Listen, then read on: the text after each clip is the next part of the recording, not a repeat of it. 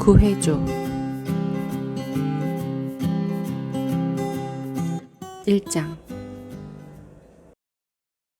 1월 어느 날 아침 뉴욕 바닷가. 빛이 어둠을 밀어내는 시각. 하늘 높은 곳 북쪽으로 흘러가고 있는 구름 사이로 우리는 앨리스 아일랜드와 자유의 열순상 위를 날고 있다. 매서운 추위, 칼바람과 함께 내리 퍼붓는 폭설에 도시 전체가 얼어붙어 있다.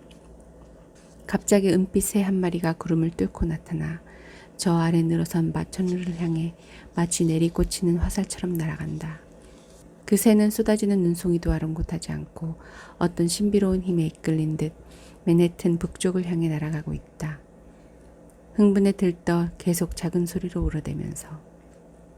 새는 그리니치 빌리지와 타임스퀘어 그리고 어퍼 웨스트 사이드 상공을 깜짝 놀란 만큼 빠른 속도로 날아 마침내 어느 공원 입구의 정문 위에 내려앉는다. 우리는 이제 콜롬비아 대학에서 아주 가까운 모닝사이드 파크 끝 지점에 와 있다. 잠시 후면 그 거리의 어느 작은 아파트 맨 꼭대기층에 불이 켜질 것이다. 지금 젊은 프랑스 여자 줄리에트 보몽은 잠을 자고 있다. 6시 59분 57초, 58초, 59초, 7시 정각. 마침내 알람 소리가 울렸다. 침대 맡 탁자로 팔을 뻗은 줄리에트가 손을 되는 대로 뻗고 휘젓는 바람에 시계가 바닥으로 떨어지면서 요란하게 울려대던 알람 소리가 뚝 멈췄다. 줄리에트는 아직 잠이 덜 깬 눈을 비비며 침대를 빠져나와 반짝반짝 윤이 나는 마룻바닥으로 내려섰다. 더듬거리며 걸음을 떼어놓던 그녀는 카펫에 발이 걸리는 바람에 그만 왁스칠을 해놓은 마룻바닥에 나둥거려지고 말았다. 투덜거리며 일어선 그녀는 그제야 안경을 찾았었다. 안경 쓰는 게 싫었지만 시력이 형편없는 데다 콘택트 렌즈는 체질적으로 맞지 않았다. 계단 옆에 걸린 거울에 어깨까지 내려오는 치렁치렁한 머리에 눈에 장난기를 가득 머금은 29살짜리 여자의 모습이 들어있었다. 그 거울은 그녀가 골동품 시장에서 발견했다. 두께가 각기 다른 작은 거울 조각을 모자이크처럼 이어붙인 그 거울은 사람의 모습을 약간 희화화시켜 비춰주는 이상한 거울이었다. 거울을 향해 입을 한번 삐죽 내민 줄리에트는 마구 헝클어진 금빛 머리카락을 대충 귀 뒤로 쓸어 넘겼다. 헐렁한 브이넥 티셔츠와 바짓단에 레이스 장식이 달린 핫팬츠를 입은 그녀의 모습은 섹시하고도 발랄해 보였다. 문득 한기를 느낀 그녀는 다시 침대로 돌아가 두툼한 이불로 몸을 감쌌다. 콜린과 함께 이 아파트에 새들어 살기 시작한 지 3년이 지났지만 지금껏 난방이 제대로 가동된 적이 단 한 번도 없었다. 이런 형편없는 집에 $2,000씩이나 되는 집세를 꼬박꼬박 내야 하다니. 줄리에트는 한숨을 푹 내쉬었다. 그녀는 이불로 몸을 감싼 채 계단을 폴짝폴짝 뛰어내려가 엉덩이로 주방문을 살짝 밀었다. 문이 열리는 순간 얼룩 고양이가 잽싸게 품으로 뛰어들더니 어깨 위로 거칠게 기어 올라왔다. 그 바람에 하마터면 목에 고양이의 발톱 자국이 남을 뻔했다. 그만해, 장카미유. 그녀가 크게 소리치며 고양이를 바닥에 내려놓았다. 장카미유는 불만스럽다는 듯이 날카롭게 야옹 소리를 한 번 내지르고는 보금자리인 바구니 속으로 들어가 몸을 움츠렸다. 줄리에트는 가스레인지에 물 주전자를 올려놓고 라디오를 틀었다. 지난 이틀 동안 워싱턴과 필라델피아를 강타했던 폭설이 북동쪽으로 진로를 바꿔 뉴욕과 보스턴 지역에 집중적으로 쏟아져 내리고 있습니다. 맨해튼은 폭설로 교통이 마비되고 있습니다. 도시 전체가 엄청나게 쌓인 눈더미 속에서 슬로우 모션처럼 느리게 하루를 시작하고 있습니다. 항공여행을 계획한 분들은 차질이 불가피할 것 같습니다. JFK 공항과 라구아르디아 공항에서 출발하기로 예정되었던 모든 항공편은 이미 운항이 취소되거나 연기되었습니다. 도로 교통 상황 역시 매우 나쁩니다. 시 교통당국은 가능한 한 자가용 이용을 자제해 줄 것을 당부하고 있습니다. 전철은 정상적으로 운행되겠지만 버스는 혼잡이 예상됩니다. 엠트랙 철도회사는 단축 운행을 한다고 알려왔습니다. 맨해튼시의 박물관과 동물원, 주요 기념관들도 7년 만에 처음으로 문을 닫을 예정입니다. 멕시코만의 따뜻하고 습한 공기가 캐나다 상공에서 하강한 차갑고 건조한 공기를 만나며 발생한 이번 폭설은 하루 정도 더 뉴욕 상공에 머물다가 뉴 잉글랜드 지역으로 이동할 것으로 예상됩니다. 오늘 하루 통행에 각별히 유념하시기 바랍니다. 여러분의 라디오 맨해튼 101.4에서 전해드렸습니다. 맨해튼 101.4에 10분만 할애하세요. 빠르고 정확한 세계 곳곳의 소식을 여러분에게 전해드립니다. 줄리에트는 몸을 덜덜 떨며 라디오 뉴스를 들었다. 뭔가 몸을 따뜻하게 해줄 만한 걸 찾아야겠어. 주방의 수납장을 뒤져보았지만 인스턴트 커피도 차도 없었다. 비참한 기분이 들었다. 할 수 없이 지난밤 콜린이 설거지를 하지 않고 게스트에 놓아둔 찻잔에서 반쯤 말라붙어 있는 티백을 꺼내 끓인 물에 담갔다. 아직 잠이 덜 깬 줄리에트는 창턱에 앉아 하얀 망토를 뒤집어 쓰고 있는 듯한 도시를 내려다보았다. 이번 주말이 끝나기 전에 이 도시를 떠나야 한다고 생각하니 기분이 착 가라앉았다. 떠난다는 결정을 내리기가 쉽지 않았지만 이제 더는 방법이 없었다. 뉴욕은 그녀에게 손톱만큼의 애정도 보여주지 않았다. 일찍이 파리를 떠나올 때 가득 품고 왔던 꿈은 이제 한낱 이룰 수 없는 미망이 되어버렸다. 줄리에트는 소르본에 입학해 석사 과정을 마쳤지만 공부보다는 연극에 더 심취했다. 학위를 마친 그녀는 과감하게 플로랑 연기학교에 입학했다. 그 학교에서 그녀는 가장 전도유망한 학생이었다. 학교에 다니는 동안 꾸준히 오디션을 받아 두세 편의 광고에도 잠깐 얼굴을 내비쳤고 몇몇 텔레비전 드라마에 단역으로 출연하기도 했다. 그러나 아무리 발버둥 쳐도 스타의 길은 멀기만 했다. 점차 눈높이를 낮출 수밖에 없었고 결국 유로 디즈니에서 새끼곰 위니 가면을 쓰고 연기하거나 쇼핑몰이나 기업, 생일 파티 같은 행사의 축하 공연 출연 따위를 기꺼이 받아들일 수밖에 없는 처지가 되었다. 미래가 전혀 보이지 않았지만 줄리에트는 용기를 잃지 않았고 마침내 질이 멸렬한 상황을 정면으로 돌파하기로 결심했다. 미국 줄리에트는 브로드웨이 무대에 서겠다는 아메리칸 드림을 꿈꾸며 학생 비자를 얻었고 꿈에 그리던 뉴욕에 설레는 첫걸음을 내딛었다. 뉴욕에서 성공한다면 이 세상 어디에서건 성공할 수 있다고 하지 않던가. 뉴욕에 온 첫 해에 줄리에트는 베이비시터로 일하면서 열심히 연극 수업을 받았고 영어 공부도 충실히 했다. 오디션을 하는 곳마다 쫓아다녔지만 그녀가 맡은 배역이라고는 허름한 극장이나 작은 교회를 빌려 공연하는 실험극이나 아방가르드 연극 따위의 단역이 고작이었다. 1년이 지나자 프랑스를 떠나올 때 가져왔던 돈이 바닥나 생활비를 벌어야 했다. 그때부터 오디션 대신 일자리를 구하기 위해 아둥바둥 뛰어다녔다.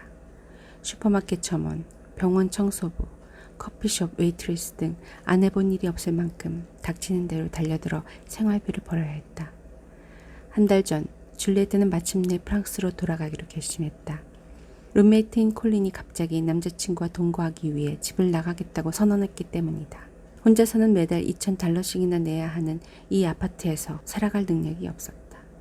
다시 새로운 룸메이트를 구할 용기도 없었고 심신이 모두 지쳐버렸다. 비로소 자신의 한계를 인정하지 않을 수 없었다. 뉴욕에서의 위험한 게임은 결국 패배로 돌아가고 말았다. 줄리에트는 오랜 시간 게임의 함정과 규칙을 즐기며 자신이 다른 사람들에 비해 똑똑하고 도전정신이 강하다고 자부해왔다. 그러나 이제 그녀는 게임에서 완전히 패배했다는 걸 인정하지 않을 수 없었다. 통장의 잔고는 바닥났고 학생 비자는 이미 오래전에 만료되었다. 이제는 본의 아니게 불법 체류자 신세가 되어 있었다. 기상 조건만 허락한다면 이틀 후 뉴욕을 떠나 대서양 상공을 날고 있을 것이다. 줄리에트, 신세 한탄은 이제 그만. 그녀는 억지로 자리에서 몸을 일으켜 욕실을 향해 걸어갔다.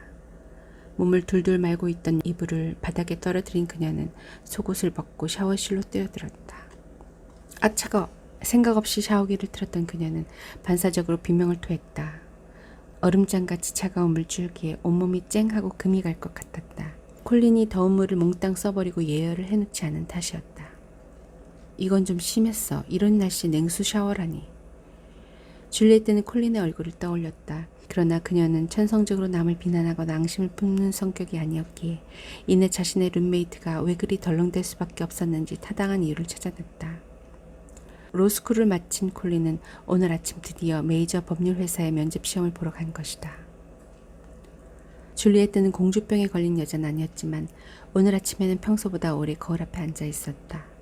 요즘 들어 부쩍 머리를 떠나지 않는 의문이 또다시 그녀를 괴롭혔기 때문이다. 난 아직 젊은 걸까? 줄리엣은 이제 막 29살이 되었다. 물론 아직 젊었다. 하지만 이제는 더 이상 19살 시절의 풋풋함은 찾아볼 수 없다는 걸 인정하지 않을 수 없었다. 그녀는 머리를 말리면서 거울에 얼굴을 바짝 대고 유심히 살펴보았다. 눈가에 희미한 주름이 잡혀있는 게 보였다. 배우라는 직업은 여자에게 특히 더 힘들었다. 남자 배우들의 나이든 모습은 때로 매력으로 통하지만 여배우들에게는 단지 시비거리를 한 가지 더하는 일일 뿐이었다. 줄리엣는 거울에서 몇 걸음 뒤로 물러섰다. 가슴은 아직 볼륨감이 느껴졌다. 하지만 2년 전과 비교하면 탄력을 잃은 것 같기도 했다. 안 돼, 줄리엣. 지금 무슨 생각을 하고 있는 거니? 줄리엣는 그동안 몸에 칼을 대는 일은 절대 하지 않겠다고 수없이 다짐해왔다. 매력적인 미소를 만들기 위해 콜라겐을 주입한다거나 보톡스 주사로 눈가의 주름을 없앤다거나 광대뼈를 도드라지게 보이게 한다거나 보조개를 만든다거나 실리콘을 집어넣어 가슴을 크게 만들 생각은 추호도 없었다. 남들이 고지식하다고 말해도 할 수 없었다. 자신의 모습 그대로 인정받고 싶었다. 자연스럽고 감성적이고 생기 넘치는 모습 그대로. 그러나 이제는 자신감을 완전히 잃었다. 마음속에 단단하게 자리 잡고 있던 희망이 조금씩 사라져가고 있었다. 인정받는 배우가 되고 싶었고 멋진 남자를 만나 사랑도 하고 싶었다. 3년 전만 해도 줄리아 로버츠나 줄리엣 비노슈처럼 될 수 있을 거라 생각했다. 그러나 이제는 하루하루 살아가는 것만으로도 너무 힘들었다.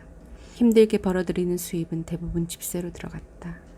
새 옷을 사 입는다는 건 엄두도 못 낼 일이었고 대부분의 식사를 스파게티나 인스턴트 식품으로 때워야 했다. 줄리아 로버츠나 줄리엣 비노슈는 꿈도 못 꿀 일이었고 커피숍에서 시간당 $5를 벌기 위해 카푸치노를 발바닥이 닳도록 날라야 했다. 그 일만으로는 집세조차 감당할 수 없어 주말에는 또 다른 일을 찾아 헤매야만 했다. 줄리엣는 거울을 바라보면서 자신에게 질문을 던졌다. 나에게 아직 남자들의 가슴을 설레게 할 매력이 남아있을까? 그녀는 자신의 눈을 똑바로 바라보며 경고하듯 내뱉었다. 언젠가는 어떤 남자도 눈길 한 번 주지 않는 날이 오겠지. 머지않아.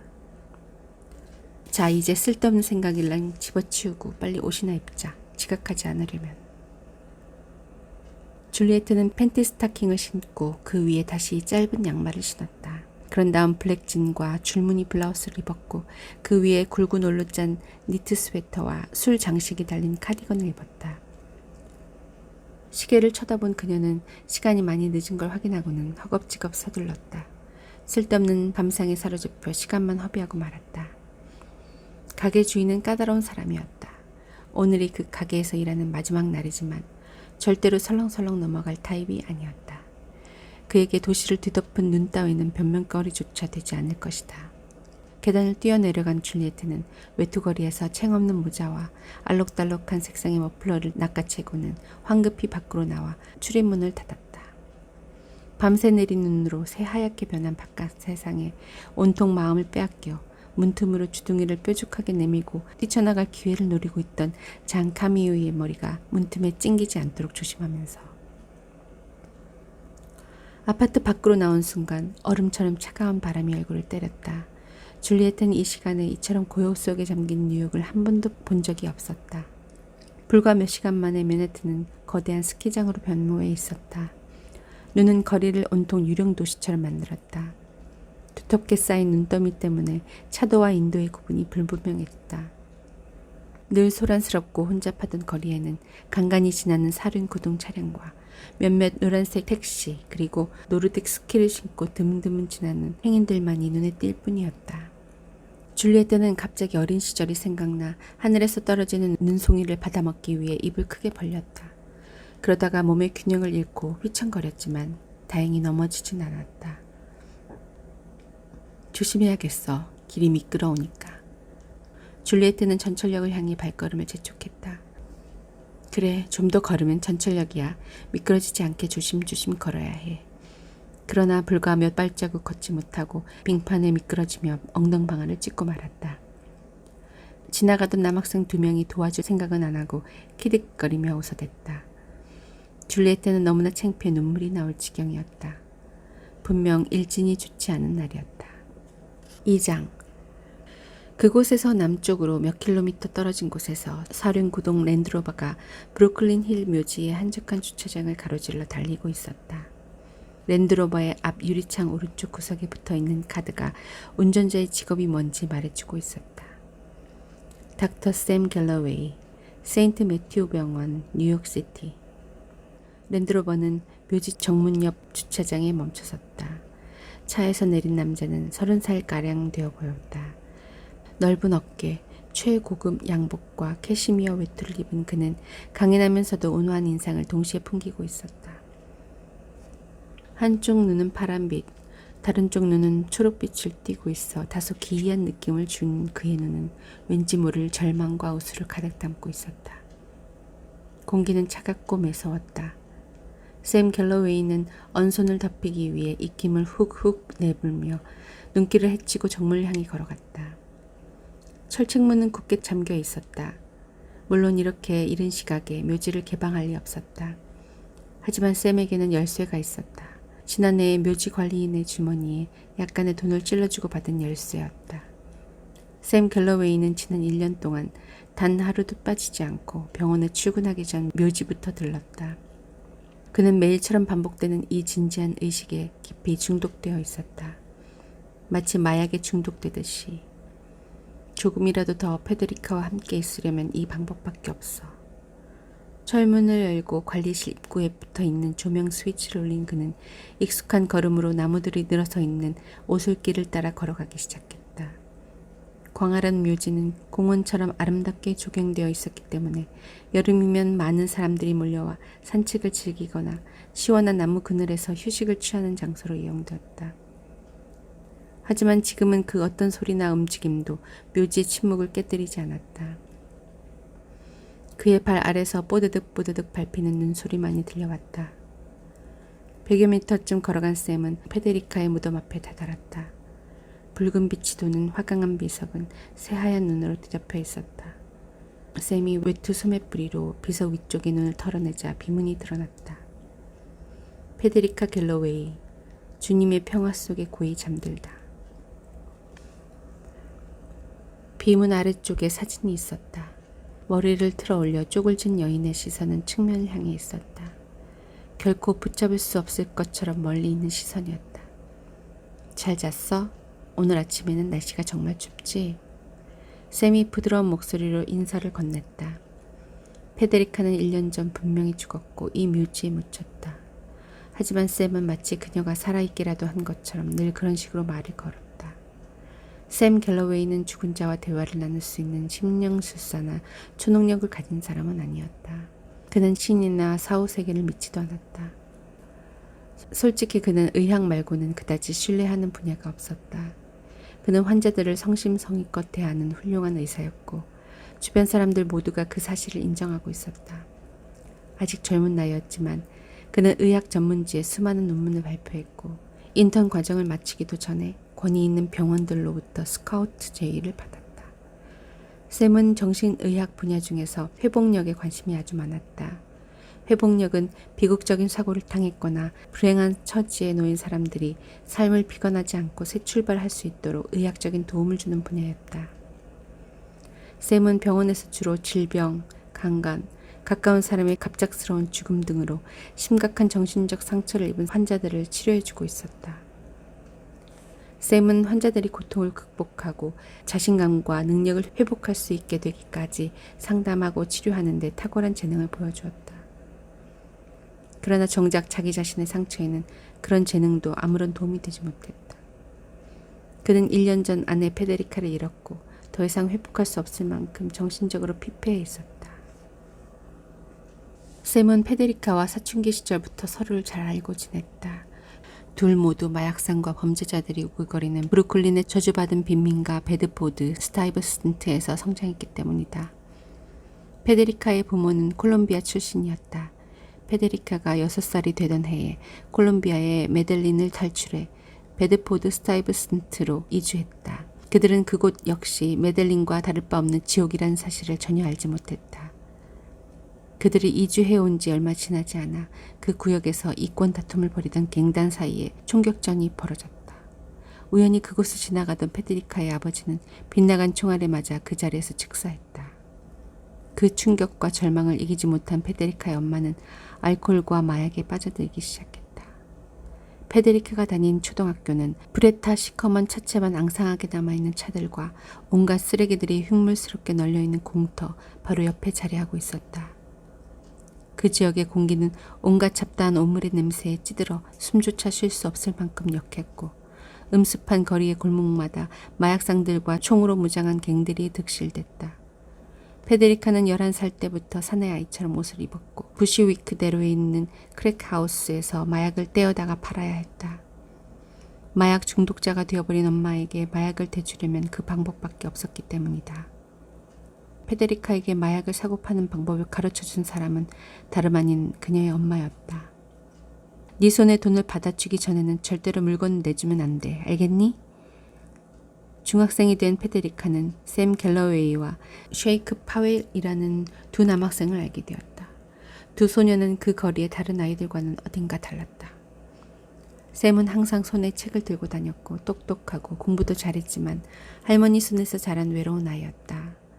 샘은 그 학교에서 유일한 백인 아이였기 때문에 대다수가 흑인인 그곳에서 질시와 적의 어린 시선을 받아야 했다. 쉐이크는 활동적인 아이였다. 13살 때 이미 어른이라고 해도 누구 하나 의심하지 않을 만큼 키가 크고 체격이 건장했다. 겉보기에는 불량스러워 보였지만 사실 그는 다정다감하고 건실한 아이였다. 세 아이는 그 구역의 광기 어린 환경에서 살아남기 위해 서로 힘을 합했다. 그들의 우정은 밑면이 평평한 삼각형 같았다. 다시 말해 그들 각자는 나머지 두 사람에 의해 균형을 유지할 수 있는 상호 보완적인 관계였다. 그중 하나라도 빠지면 단번에 힘없이 무너져 내릴 수도 있는 관계였다. 콜롬비아 이민 출신의 여자아이, 백인 사내 아이, 그리고 흑인 사내 아이인 그들은 가슴, 지성, 힘으로 뭉쳐진 베스트포드의 트라이앵글이었다. 그들은 자라면서 그 구역의 혼란스러운 소용돌이를 용기 비켜갔다. 그들이 마약에 손을 대지 않는 건 남달리 의지력이 강했기 때문만은 아니었다. 마약으로 인해 망가진 비참한 삶의 모습을 지겹도록 보아왔기 때문이었다. 샘과 페데리카는 그 시궁창 같은 구역에서 벗어날 수 있을 거라 상상해보지 못했다. 그 구역에서 사람 목숨은 가느다란 실에 매달려 있는 형국이었다. 언제 어디서 어떻게 죽을지도 모르는 상황에서 먼 앞날을 계획한다는 건 불가능한 일이었다. 그런 까닭에 그들은 꿈이나 야망을 품어본 적이 없었다. 아마도 그들 주변에서 꿈을 가진 사람을 단 한 명도 대해보지 못했기 때문이었을지도 모른다. 그러나 샘과 페데리카는 자신들도 모르는 새에 뜻하지 않은 기회를 맞았고 마침내 그곳에서 벗어날 수 있었다. 샘이 의대에 입학한 것이다. 샘은 어린 시절 여자친구를 자신의 새로운 세계로 함께 데리고 갔고 그들은 지극히 당연한 수순처럼 결혼에 이르렀다. 탐스러운 눈송이들이 쉼없이 묘지 위로 쏟아져 내리고 있었다. 샘은 아내의 사진에서 시선을 떼지 못했다. 사진 속의 페데리카는 유화용 붓을 이용해 머리를 틀어 올렸고 그림 그릴 때 늘 착용했던 앞치마 차림 그대로였다. 그 사진은 샘이 찍었다. 사진의 초점이 제대로 맞지 않아 페데리카의 얼굴 윤곽이 조금은 흐릿해 보였다. 당연했다. 페데리카는 사진 찍는 걸 끔찍이도 싫어했으니까. 세인트 매튜 병원에서 샘이 브루클린 빈민가 출신이라는 사실을 아는 사람은 아무도 없었다. 샘은 한 번도 그 사실을 입 밖으로 꺼내지 않았다. 심지어 페데리카와 함께 살 때조차도 그들이 떠나온 세계에 대해 철저하게 입을 다물었다. 페데리카 역시 마찬가지였다. 아니 어쩌면 샘보다 더 한편이었다. 게다가 페데리카는 평상시에 말을 거의 하지 않는 편이었다. 그림은 페데리카가 우울한 어린 시절의 기억으로부터 자신을 지켜내기 위한 방패막이었다. 그녀는 그림이라는 매개체를 통해 그 무엇도 접근할 수 없는 자신만의 방벽을 단단하게 쌓아 올렸다. 무엇으로도 뚫을 수 없는 두텁고 견고한 방벽. 베드포드 스타이브스트를 떠나온 지 오랜 세월이 흘렀지만 페데리카는 그 완강한 방벽을 끝내 허물지 않았다. 샘은 이제 자신이 페데리카의 상처를 치유해 주어야 할 때가 왔다고 생각했다. 그는 누구나 인정하는 유능한 의사였고 실제로 많은 환자들이 그의 도움을 받아 치유되었다. 하지만 페데리카는 그가 치유해준 환자들보다 상태가 훨씬 심각했다. 죽기 몇 달 전 페데리카는 점점 더 자신의 그림과 내면으로 깊숙이 빠져들었고 좀처럼 마음의 문을 열어젖힐 생각을 하지 않았다.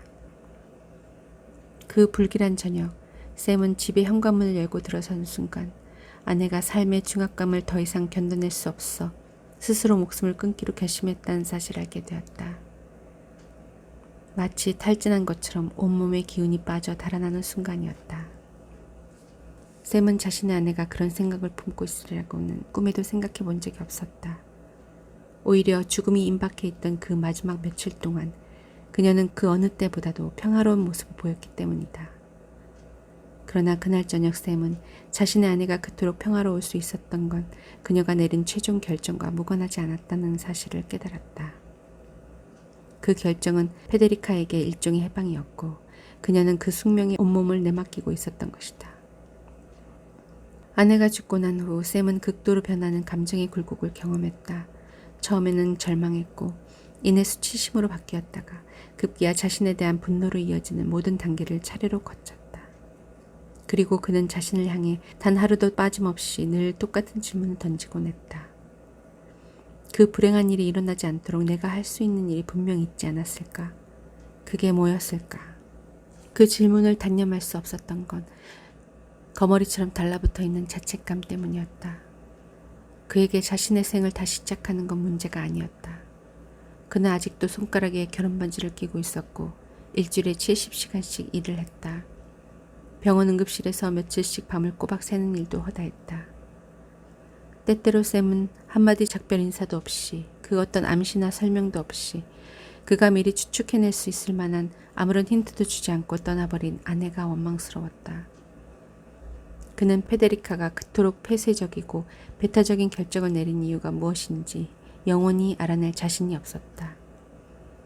남겨진 것이라고는 수수께끼 같은 의문들 뿐이었지만 어찌됐든 결과는 맺어졌다. 샘은 이제 그 결과를 받아들이는 수밖에 없었다. 물론 샘은 아내가 어린 시절에 받은 상처로부터 완전히 자유롭지 못했다는 걸 잘 알고 있었다. 베드포드 스타이브스트를 떠나왔지만 페데리카의 내면은 여전히 폭력과 공포와 마약이 난무하는 그 빈민가를 떠나지 못하고 있었다. 샘은 사람에게는 돌이킬 수도 치료할 수도 없는 상처가 있다고 생각했다. 그 자신이 매일이다시피 환자들에게 모든 상처는 치유될 수 있다고 장담하고 있지만 그 사실만큼은 인정하지 않을 수 없었다. 묘지 저편에 있는 오래 묵은 나뭇가지가 눈의 무게를 이기지 못하고 뚝뚝 소리를 내며 부러지고 있었다. 담배에 불을 붙인 샘은 늘 그래왔듯이 아내에게 최근에 있었던 자질구레한 일들을 이야기해 주었다. 이내 샘은 이야기를 멈췄다. 그는 지금 아내와 함께 있는 것만으로도 만족했다. 침묵 속에서 샘은 뇌리를 엄습한 추억에 몸을 내맡겼다. 차디찬 냉기가 그의 얼굴 근육을 마비시켰다. 휘몰아치는 눈보라가 까칠한 턱수염과 눈썹에 엉겨붙어 고드름이 될 지경인데도 그는 기분이 좋았다. 아내와 함께 있었기에. 때때로 녹초가 될 때까지 환자를 돌보고 난 밤이면 그는 간혹 환각에 가까운 경험을 했다. 어떤 병실 앞 복도를 지나갈 때 페데리카의 목소리를 들은 듯 했고 언뜻 그녀가 보이는 것 같기도 했다. 물론 현실이 아니라는 걸 알고 있었다. 그럼에도 그는 그 환각 상태에서의 경험을 현실처럼 받아들였다. 그렇게 하는 것이 조금이라도 더 페데리카와 함께 있을 수 있는 방법이었기 때문이다. 추위는 점점 더 심해졌고 샘은 이제 돌아가야겠다고 생각했다. 하지만 그는 걸음을 떼어놓다가 갑자기 되돌아왔다. 페데리카, 오래전부터 당신한테 꼭 하고 싶은 말이 있었어. 그의 목소리는 바람에 부서졌다. 내가 당신에게 한 번도 털어놓지 않았던 말, 어느 누구에게도 절대로 말하지 않았던 말이야. 샘은 아직도 그 고백을 계속하는 것에 대해 확신이 서지 않는다는 듯이 잠시 말을 멈췄다. 사랑하는 사람에게는 모든 걸 숨김없이 다 말해야만 하는 것일까? 그는 반드시 그렇지만은 않다고 생각했지만 말을 계속 이어나갔다. 당신에게 한 번도 그 일에 대해 말하지 못했어. 하지만 당신이 지금 천국에 있다면 이미 그 사실을 알고 있을지도 모르지. 샘은 오늘 아침만큼 페데리카의 존재감을 분명하게 느낀 적은 없었다. 그와 묘지를 둘러싸고 있는 새하얀 눈이 그녀가 하늘에 존재한다는 느낌을 강조해주고 있는 것인지도. 비로소 샘은 중간에 말을 멈추지 않고 긴 고백을 했다. 오랜 세월 동안 그의 심장을 짓누르고 갈갈이 찢어놓았던 그 문제를 마침내 털어놓은 것이다. 그가 외도를 했다거나 부부 사이 문제는 아니었다. 물론 돈 문제도 아니었다. 그건 전혀 다른 이야기였다. 그리고 훨씬 더 심각한 문제였다. 긴 고백을 끝마쳤을 때 공허감과 탈진감이 한꺼번에 밀어닥쳤다. 발길을 돌리기 전에 샘은 다시 온 힘을 끌어모아 이렇게 중얼거렸다. 당신이 아직도 날 사랑하기만을 바래. 평소처럼 샘은 같은 병동에 입원해 있는 2명의 환자를 회진하는 것으로 하루 일과를 마쳤다. 그는 항상 이 2 환자들을 맨 마지막에 둘러보았다. 그 환자들을 오래전부터 주의 깊게 지켜봐왔고 그래서인지 이제는 한 가족처럼 느껴졌다. 샘은 소아암센터의 403호 병실 문을 조용히 밀었다. 안녕 안젤라. 안녕하세요 갤러웨이 박사님. 14살 난 사춘기 소녀 안젤라는 야윈 몸에 파리한 얼굴빛을 한 채 침대 위에 앉아 있었다. 안젤라의 무릎에는 새콤한 느낌이 드는 사과 색깔의 노트북이 올려져 있었다. 오늘은 좀 어땠니? 안젤라는 감정이 담기지 않은 무덤덤한 노트로 자신의 하루 일과를 이야기해 주었다. 항상 방어 태세를 갖추고 있는 이 여자아이는 어떤 형태의 연민이나 동정에도 즉각 거부 반응을 보였다. 안젤라에게는 가족이 없었다. 뉴저지의 한 작은 도시에 있는 산부인과에서 태어나자마자 버려졌기 때문이다. 그래서인지 항상 반항적이었고 사교적인 구석은 눈을 씻고도 찾아볼 수 없었다. 안젤라는 어느 곳에서도 적응하지 못했기 때문에 여러 아동 보호소를 전전하며 살아왔다. 샘이 이 까다로운 사춘기 소녀에게 신뢰를 얻기까지는 꽤 오랜 시간이 필요했다. 안젤라는 세인트 매튜 병원의 장기 입원 환자였기 때문에 샘은 새로이 입원한 아이들을 보살펴 주었으면 한다고 부탁을 하기도 했다. 안젤라가 천진난만하게 웃는 얼굴을 볼 때면 암세포들이 이 어린아이의 혈액 속에 퍼져 있다는 사실이 도무지 믿기지 않았다. 안타깝게도 안젤라는 백혈병 말기였다. 이미 골수이식 수술을 2번이나 받았지만 암세포를 차단하는 데 실패했다. 내가 말한 거 잘 생각해 봤니? 다시 수술 받는 거요? 그래. 다시 골수이식 수술을 받지 않는다면 암세포들이 그 아이의 간, 비장으로 전이될 것이고 결국에는 멀지 않아 목숨을 잃게 될 것이다. 저에게 수술을 받을 힘이 남아있는지 모르겠어요, 선생님. 다시 화학치료를 받아야 하는 거죠? 그래야겠지. 그리고 당분간 다시 무균 병실에서 지내야 할 거야. 그가 안젤라에게 그토록 집착하자 병원 동료들 사이에서는 의견이 분분했다. 동료 의사들 중 일부는 안젤라를 내버려두는 편이 그 아이의 고통을 그나마 덜어주는 길이 될 것이라는 의견을 제시하기도 했다. 안젤라가 남아있는 나날을 편안하게 지내다 갈 수 있게 배려해주는 게 오히려 최선이라는 것이었다. 사실 안젤라의 몸은 회복 불능일 만큼 망가져 있었다. 수술을 다시 받는다고 해도 성공 확률은 5%에도 미치지 못했다. 하지만 샘은 결코 포기하지 않았고 안젤라가 죽는다는 건 생각조차 할 수 없었다. 확률이 100만 분의 1밖에 안 된다 하더라도 난 너를 절대로 포기할 수 없어. 샘은 그렇게 생각했다. 좀 더 생각해 볼게요, 선생님. 그래, 천천히 생각해 보거라. 결정은 네가 내려야 하니까. 안젤라는 용기 있는 아이였다. 그러나 상처가 많은 아이였기에 늘 세심한 배려가 필요했다. 샘이 차트에 서명하고 병실을 나가려 할 때 안젤라가 그를 불러 세웠다.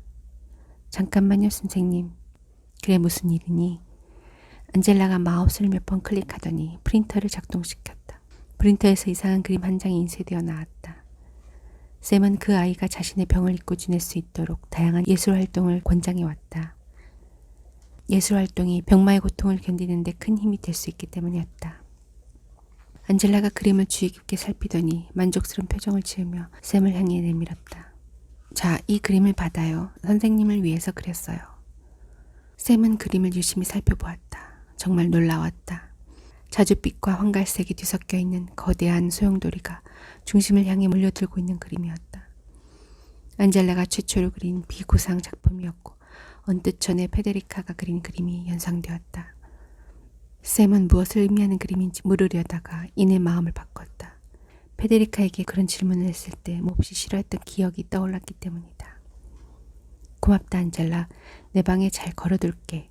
샘은 그림을 접어 와이셔츠 주머니에 집어넣었다. 안젤라는 칭찬을 싫어했다. 샘은 그 사실을 잘 알기에 그림에 대한 칭찬은 일부러 하지 않았다. 잘 자거라 안젤라. 샘은 문 쪽으로 몸을 돌리며 단지 그렇게 말했다. 나 곧 죽게 되는 거죠 선생님? 샘이 문 앞에서 우뚝 멈춰서며 안젤라 쪽으로 몸을 돌렸다. 안젤라가 다시 말했다. 골수이식 수술을 다시 받는다고 해도 결국 난 죽게 되는 거죠? 천천히 안젤라에게로 되돌아간 샘이 침대 가장자리에 걸터 앉았다. 안젤라가 당돌하면서도 불안감이 깃든 눈으로 그를 쳐다보았다. 샘은 그 도전적인 표정 뒤에 말로 표현할 수 없는 엄청난 공포가 숨어 있다는 걸 느낄 수 있었다. 그래, 난 죽을 수도 있어. 샘이 선선히 말했다. 그리고 몇 초 동안 입을 다물고 있다가 다시 덧붙였다. 하지만 그런 일은 일어나지 않을 거야. 그런 다음 또다시 말했다. 내가 약속하지. 5번가의 스타벅스 커피점 오후 4시 59분. 카푸치노 라지 하나랑 미스티유 머핀 하나. 잠시만 기다리세요. 줄리에트는 손님이 주문한 음료와 머핀을 준비하는 동안 계속 창밖을 내다보았다. 오전 늦게부터 눈이 멈추긴 했지만 도시는 여전히 혹독한 추위의 바람 때문에 완전 마비되어 있었다. 여기 있습니다. 고마워요. 줄리에트는 커피숍의 벽시계를 쳐다보았다. 1분만 지나면 일이 끝날 것이다. 마키아또 에스프레소 한잔하고 에비앙 한 병. 잠시만 기다리세요. 마지막으로 일하는 날 마지막 여자 손님이었고 이틀 후면 뉴욕과 작별한다. 줄리에트는 한눈에 전문직에 몸담고 있다는 걸 알아볼 수 있을 만큼 세련되게 정장을 차려입은 여자 손님에게 음료를 내밀었다. 그 여자 손님은 고맙다는 말도 없이 발길을 돌렸다. 커피숍이나 거리에서 뉴욕 여성들과 마주칠 때면 호기심과 질투 어린 시선으로 바라보게 되는 경우가 많았다. 날씬한 실루엣에 마치 패션 잡지에 나오는 모델들처럼 1급 디자이너의 옷을 잘 차려입은 뉴욕 여자들을 보면 자신도 모르게 괜히 풀이 죽곤 했다. 성공을 위한 온갖 정보와 테크닉을 고루 갖추고 있는 그 여자들과 맞서 싸워 어떻게 살아남을 수 있을 것인가. 저 여자들은 나랑 완전히 달라. 똑똑하고 활동적이고 자신감이 넘치지. 저 여자들은 당당하게 말할 줄도 알고 자기 재능을 살릴 줄도 알고 게임을 리드하는 법도 알아. 그리고 그 여자들은 무엇보다 경제적으로 안정돼 있었다. 탈의실로 가서 옷을 갈아입은 줄리에트는 뭔가 아쉬움이 남아있는 듯한 표정으로 홀로 되돌아왔다. 그녀가 그곳을 떠나게 돼야 싶다며 작별 인사를 건네거나 행운을 빌어주는 사람은 아무도 없었다. 줄리에트는 카운터 쪽을 향해 손을 흔들었다. 하지만 아무도 마주 손을 흔들어주거나 아는 체를 하는 사람 없었다. 그들은 평소에도 늘 그녀를 투명인간처럼 대했다. 줄리에트는 다시는 발을 들여놓을 일이 없는 그 긴 홀을 걸어 나왔다. 그녀가 밖으로 나가려 할 때 입구에 있던 누군가가 프랑스어로 말을 걸어왔다. 마드모아젤. 줄리에트는 깜짝 놀라 소리가 난 쪽을 쳐다보았다. 창 바로 옆에 놓인 탁자에 앉아있는 중년 남자가 그녀를 쳐다보고 있었다. 후추와 소금을 뿌려놓은 듯 머리가 희끗희끗하고 깔끔하게 면도를 한 남자였다. 나이가 지긋해 보이긴 했지만 외모에서 힘이 느껴졌다. 그의 당당한 어깨와 큰 키 때문에 커피숍이 좁게 느껴질 정도였다. 줄리에트는 그 손님을 알아보았다. 그는 가끔 커피숍에 들르곤 했다. 지배인이 자리가 없을 때 줄리에트는 그가 개를 데리고 들어오는 걸 몇 번 눈 감아준 적이 있었다. 머리에서 발끝까지 검은 털로 뒤덮인 그 개는 쿠조라는 이상한 이름을 갖고 있었다. 작별 인사를 하러 왔어요, 줄리에트. 곧 프랑스로 돌아갈 거라고 해서. 그걸 어떻게 하셨죠? 여기 사람들이 말해줬소. 줄리에트는 그 남자 인상에서 편안함과 알 수 없는 두려움을 동시에 느꼈다. 정말 이전에는 경험해보지 못한 생경한 느낌이었다. 당신을 위해 따뜻하게 데운 칼바도스를 주문해 놓았소. 그는 자기 앞에 놓인 잔을 가리키며 말했다. 줄리엣은 어안이 벙벙했다. 그 남자는 마치 잘 알고 있는 사이처럼 대했지만 사실 간단한 인사말 말고는 길게 이야기를 나눠본 적이 단 한 번도 없었기 때문이다. 줄리엣은 그 남자 앞에 있는 자신이 마치 펼쳐놓은 일기장 같다는 느낌이 들었다. 잠깐 앉아요. 그가 말했다. 줄리엣은 주저하면서 그의 눈을 쳐다보았다. 그 어떤 적의도 느껴지지 않는 눈이었다. 깊은 연민과 짙은 피로감 밑에 섞여 있었고 규정하기 어려운 어떤 강렬한 열정을 담고 있는 눈이었다. 마침내 줄리엣은 그 남자의 맞은편에 앉아 갈바도스 잔을 손으로 잡았다. 그는 앞에 앉은 프랑스 여자가 겉으로는 쾌활하고 적극적인 것처럼 보이지만 사실은 한없이 유약하고 우유부단한 내면을 숨기고 있다는 걸 잘 알고 있었다. 그녀에게 무례하게 굴고 싶진 않았지만 그에게는 시간이 별로 없었다. 그의 인생은 복잡했다. 그의 하루는 길고 그가 하는 일이 늘 즐겁지만은 않았다. 그는 단도직입적으로 본론을 꺼냈다. 당신 인생은 실패한 게 아니오. 그게 무슨 뜻이죠? 왜 저한테 그런 말을 하는 거죠? 매일 아침 당신이 거울 앞에서 지겹도록 그 말을 되풀이하고 있으니까. 소스라치게 놀란 줄리엣는 의자에 앉아있다는 사실도 잊은 채 뒤로 한 발짝 물러나려는 동작을 취했다. 어떻게 그걸 알게 됐죠? 그러나 그 남자는 그녀가 말을 계속하게 내버려두지 않았다. 이 도시는 아주 냉혹하오. 그가 말했다. 그건 줄리엣도 시인했다. 그건 사실이죠. 이곳 사람들은 누구나 타인의 삶 따위는 신경 쓰지 않고 자기 자리를 지키기 위해 앞만 보고 달려가고 있으니까. 서로를 짓밟으면서. 하지만 그들 역시도 고독한 건 마찬가지겠죠. 바로 그거요. 그가 두 팔을 벌리며 대답했다. 세상은 우리가 원하는 방향으로 가고 있지 않아요. 좋은 사람들이 행복을 누릴 수 있는 세상. 남자는 잠시 말을 끊고 몇 초를 흘려보냈다. 하지만 줄리엣, 당신은 정말 좋은 사람이요. 언젠가 당신이 돈이 모자라는 손님에게 두 말 없이 원하는 차를 주는 걸 본 적이 있어. 모자라는 돈은 당신이 채워 넣어야 한다는 사실을 알고 있으면서도. 그게 뭐 그리 대수로운 일인가요? 줄리엣가 어깨를 숙였다. 물론 그렇게 생각할 수도 있지만 분명 쉽지 않은 일이요. 이 세상에서 중요하지 않은 일은 아무것도 없습니다. 하지만 사람들은 자기가 한 행동이 어떤 결과를 낳게 될지 모를 때가 많아요. 왜 저한테 그런 말을 하죠? 당신이 출발하기 전에 그걸 깨달아야만 하니까. 프랑스로 돌아가기 전에 말인가요? 자기 자신을 사랑하시오, 줄리엣. 그가 질문에는 대답도 하지 않고 일어서면서 그렇게 말했다. 잠깐만요. 이유를 분명하게 알 수는 없지만 줄리엣는 방금 회전문을 열고 사라진 그를 붙잡아야 한다는 생각이 들었다. 그녀는 그를 뒤따라 커피숍을 나가려 했다. 그러나 공교롭게도 회전문 근처에 미처 쓸어내지 않은 눈이 얼어붙어 있었고 그녀는 그만 몸의 균형을 잃고 비틀거리다가 때마침 손에 쟁반을 들고 테이블을 찾고 있던 남자 손님의 팔을 붙잡고 말았다. 그녀가 붙잡는 바람에 두 사람은 함께 뒤엉켜 넘어졌고 뜨거운 카푸치노를 뒤집어 써야 했다. 보라고 이게 나야. 오드리 헵번의 우아함을 담고 싶어 하면서도 언제나 시궁창에 코를 쳐박고 마는 구제불능. 줄리엣은 수치심 때문에 붉게 달아오른 얼굴로 서둘러 일어났다. 남자 손님은 마구 욕설을 퍼부으며 고소하겠다고 으름장을 놓았다. 그는 좀처럼 소란을 멈추지 않았고 그녀는 거듭 머리 숙여 정중하게 사과한 다음 서둘러 커피숍을 빠져나왔다. 도시는 서서히 평소의 광란 상태를 되찾아가고 있었다. 다시 거리로 쏟아져 나온 사람들의 발걸음이 엄청난 스트레스를 유발하며 도시를 누볐다. 커피숍 바로 앞에서 제설 작업을 하고 있는 차량의 시끄러운 은지 소리가 거리를 오가는 사람들의 소음과 뒤섞여 귀가 멍멍할 정도로 소란스러웠다. 안경을 고쳐 쓴 줄리엣는 북쪽을 향해 나 있는 대로를 유심히 살펴보고 나서 다시 시내 쪽으로 가는 길을 두루 살펴보았다. 그러나 의미를 알 수 없는 말을 던지고 사라진 그 남자의 모습은 그 어디에도 보이지 않았다. 바로 그때 샘은 엘리베이터를 타고 4층으로 올라가 808호 병실문 앞에 도착했다. 안녕하세요, 레오나드 씨. 샘이 마지막으로 회진하러 온 레오나드 맥퀴는 그가 담당하는 환자는 아니었다.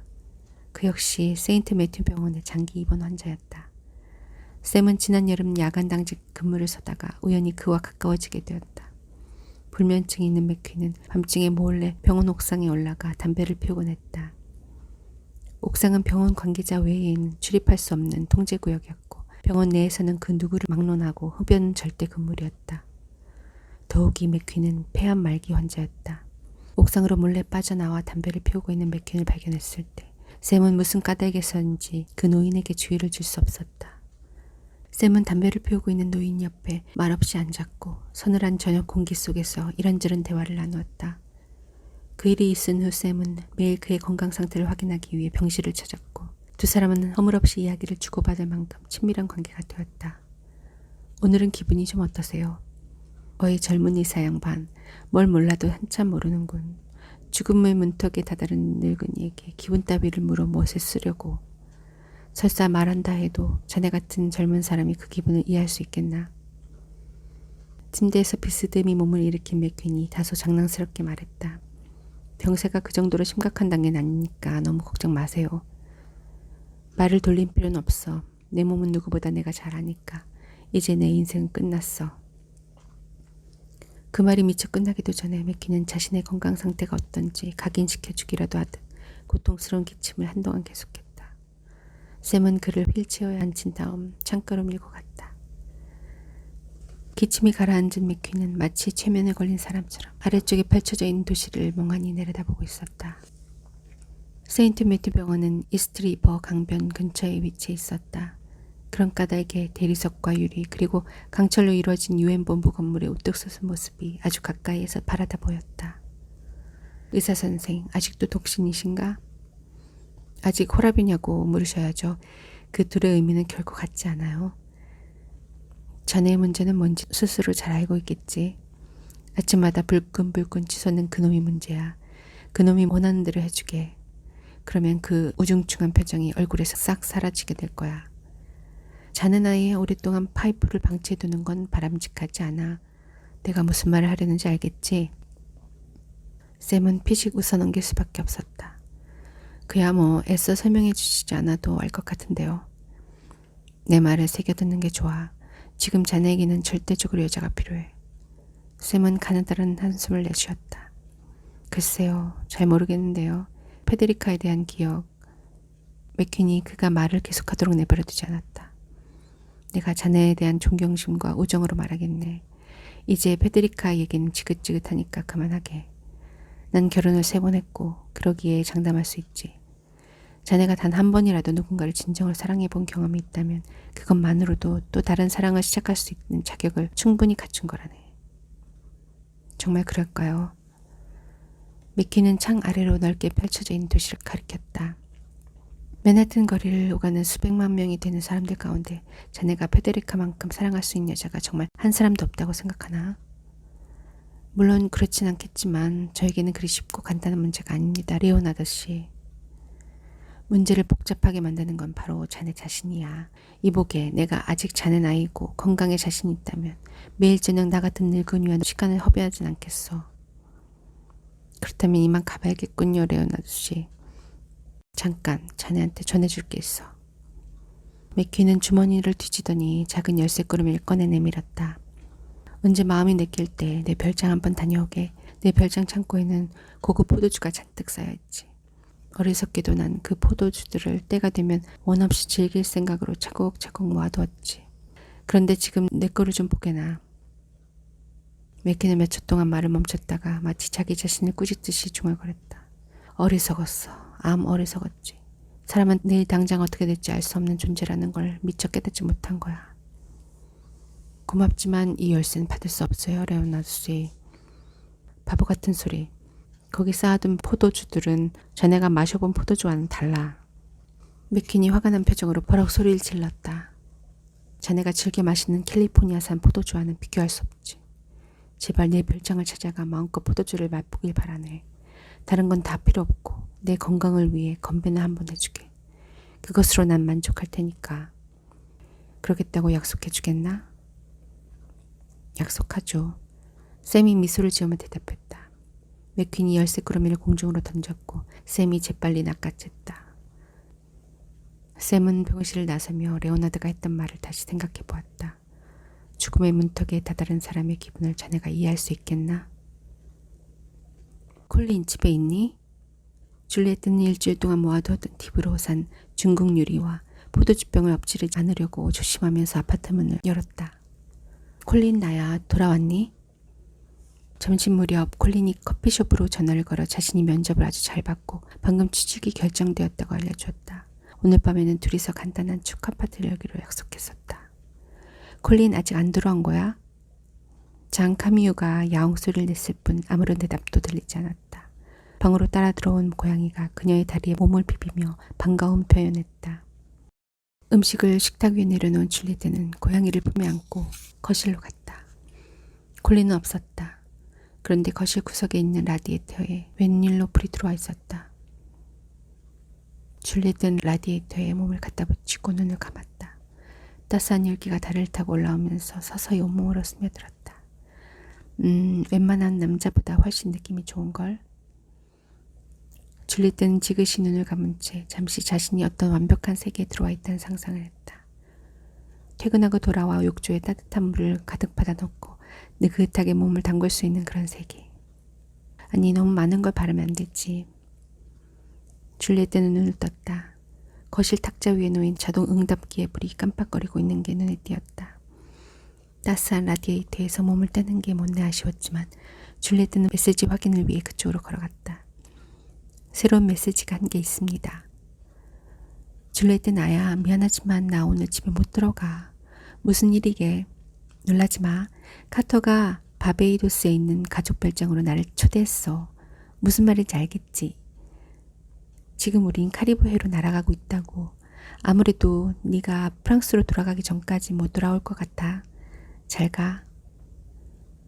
말도 할 수 없을 만큼의 배신감이 파도처럼 밀려와 그녀를 단숨에 덮쳐버렸다. 그래, 바로 이런 게 아메리카식 인간관계였어.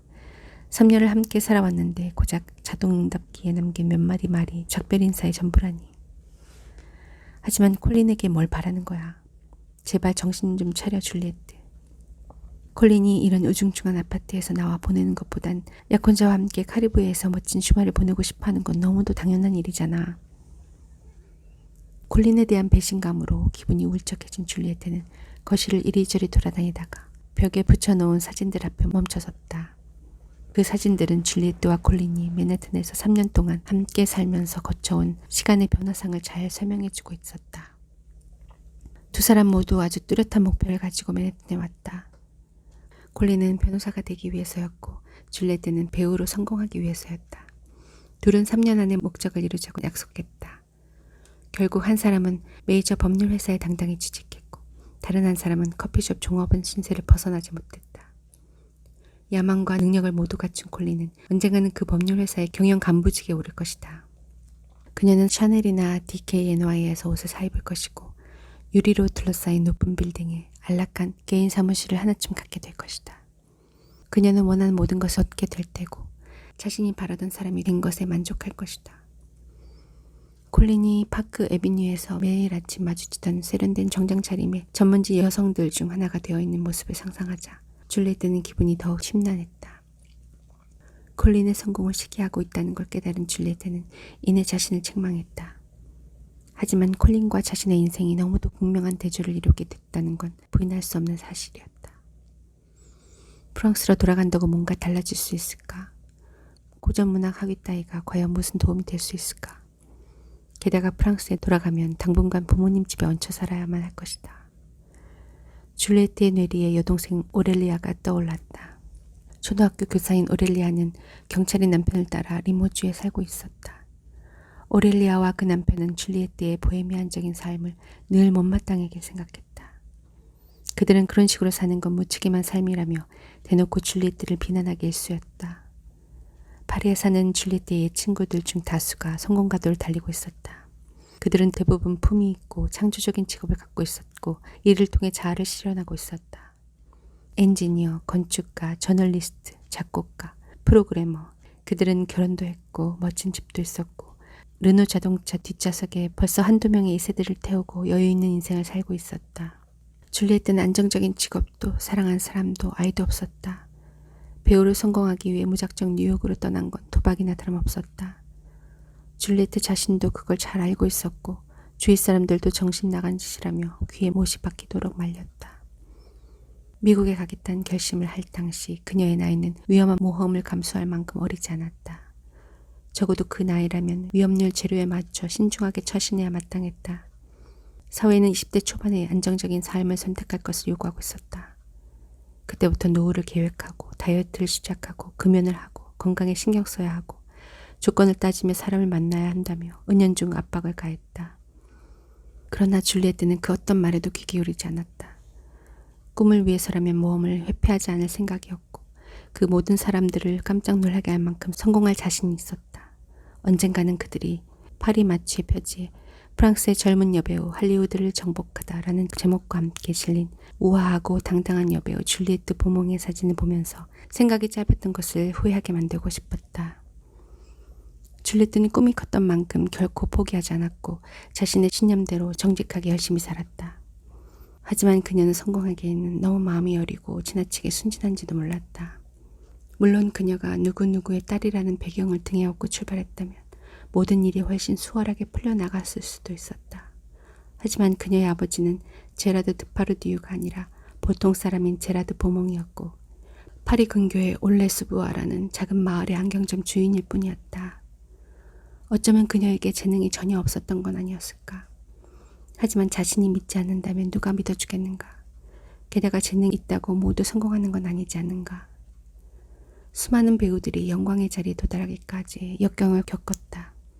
톰 행크스는 여러 해 동안 형편없는 극장에서 단역으로 연기했고 미셸 파이퍼는 슈퍼마켓 계산대에서 일했고 알파치노는 재능이 없다고 액터스 스튜디오에 입학을 거절당했고 샤론 스톤은 단역을 전전하다 아주 늦은 나이에야 비중 있는 배역을 맡았고 브래드 피트는 쇼핑몰에서 샌드위치를 팔아야 했다. 무엇보다 줄리에트에게는 그 누구도 진정으로 이해하기 힘든 부분이 있었다. 그건 바로 오직 연기를 하고 있는 순간에만 진정 살아있다는 기분을 느낄 수 있다는 것이었다. 대학 시절 때 작품이든 객석에 단 한 사람의 관객을 앉혀놓고 하는 연극이든 그 느낌은 언제나 다르지 않았다.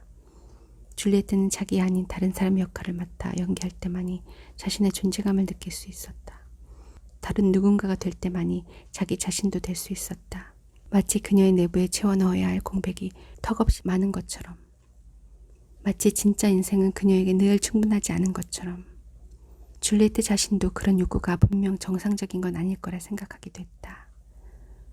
줄리에트는 샤를 아즈나브르의 노래 가사를 흥얼거리며 우울한 생각을 몰아내려고 했었다. 공연 포스터 메뉴에 내 이름이 올라와 있었지. 그녀는 계속 노래를 흥얼거리며 콜린의 방문을 살짝 열어보았다. 콜린이 면접 시험을 위해 구입한 고가의 옷이 침대 위에 얌전하게 개어져 있었다. 위험천만한 투자였지만 콜린은 확실한 대가를 챙겼다. 줄리에트는 문득 그 옷을 입어보고 싶은 유혹을 떨쳐버릴 수 없었다. 사이즈를 걱정할 필요는 없었다. 콜린의 키와 몸매는 그녀와 거의 비슷했으니까. 진과 낡은 스웨터를 벗어놓은 줄리에트는 친구의 검정 캐시미어 터들넥과 회색 라이프로랄 정장을 입고 거울을 힐끗 쳐다보았다. 제법 괜찮은걸? 내친김에 줄리에트는 트위드 모직 코트도 입고 페라가모 구두도 신었다. 그리고 갑자기 알 수 없는 충동에 사로잡혀 가볍게 화장도 했다. 얼굴에 붓을 약간 바르고 아이라이너도 그리고 마스카라도 좀 칠했다. 거울아 거울아 말해다오. 이 세상에서 누가 제일 이쁘니? 줄리에트는 자신의 변한 모습에 깜짝 놀랐다. 그렇게 차려입으니 완벽한 커리어 우먼 같아 보였다. 옷이 날개라는 말은 역시 허언이 아니었다. 줄리에트는 묘한 기분에 사로잡혀 영화 투시를 떠올렸다. 더스틴 호프만이 여장을 하고 멋지게 1인 2역을 해냈던 그 영화. 대담해진 그녀는 거울을 향해 말했다. 반가워요. 저는 줄리에트 보몽 변호사입니다. 그때 장카미오가 먹이를 달라는 뜻으로 길게 야옹 소리를 냈다. 그녀는 옷을 그대로 입은 채 계단을 내려가 포장해온 중국 요리를 그릇에 담아 고양이에게 주었다. 자, 아주 맛있는 음식이야. 오향닭과 타일랜드 쌀밥. 어서 먹으렴. 줄리에트는 기분이 좋아 가르랑거리는 고양이의 머리를 쓰다듬어주곤 말했다. 반가워 장카미오. 난 줄리에트 보몽 변호사야. 그녀는 갑자기 이 저녁을 혼자 집안에 틀어박혀 공상맞게 지낼 수 없다는 생각이 들었다. 연극이라도 한 편 보면 어떨까? 가령 브로드웨이 뮤지컬 코미디 같은 거라도. 타임스퀘어 극장들은 공연 1시간 전에 이따금 판매되지 않은 티켓을 아주 저렴하게 팔곤 한다. 게다가 오늘은 눈 때문에 많은 사람들이 예약을 취소했을 수도 있을 것 같았다. 오페라의 유령이나 캐츠라도 왜 안 되겠는가. 지금 이 순간이 아니면 영원히 행운을 잡지 못할 것이다. 줄리엣는 다시 한번 욕실의 거울 앞에 서서 자신의 모습을 쳐다보았다. 그리고 정말로 오랜만에 자신이 예쁘다는 생각을 했다. 잠깐 이후 미안하지만 뉴욕이 날 기다리고 있어. 그녀는 연극대사를 읊듯이 말했다. 그리고 콜린의 방에 다시 들어가 그녀의 버버리 머플러를 두르고는 밖으로 나와 맑고 투명한 밤속으로 발을 내딛었다. 맨해튼에서의 마지막 시간을 즐겁게 만끽하겠다고 벼르면서